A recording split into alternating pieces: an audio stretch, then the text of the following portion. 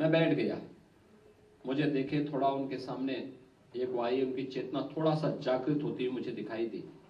मैं बैठा वहां पे, मैंने कहा अच्छा ये बताइए आप कितने बजे जगते हैं? उन्होंने कहा देखिए विधानसभा चल रही है तो 10 बजे सो के उठता हूं। और मैंने कहा वैसे? कहा 12 बजे। हमने कहा 12 बजे आप सो के उठेंगे तो तब तो आपको मर जाना चाहिए। तो वो मुझे देखे, तो फिर मैंने कहा सोते कितने बजे हैं? कहा रात्रि को 2 बजे 3 बजे। तो मैंने कहा 2 बजे 3 बजे सोने का कोई समय होता है?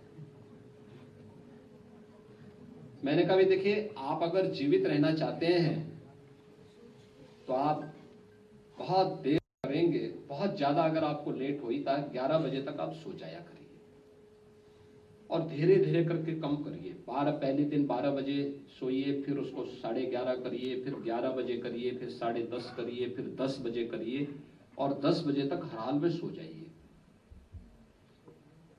उन्होंने कहा मुझे लिखने का काम करना होता है।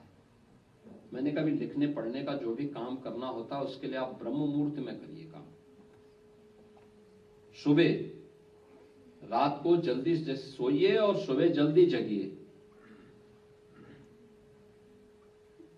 तो उन्होंने कहा इससे क्या होगा? मैंने कहा आप देखना, आप केवल एक काम करिए, पहले केवल अपने को नियम संयम के साथ जोड़ दीजिए। समय पे जगना, समय पे सोना, समय पे अपना नाश्ता लेना, समय पे अपना भोजन लेना। अगर आप इतना कर लेंगे तो आप देखेंगे कि अगले 1 महीने के अंदर आपको कुछ अपने शरीर में एक चेतना दिखेगी। चुप रहे।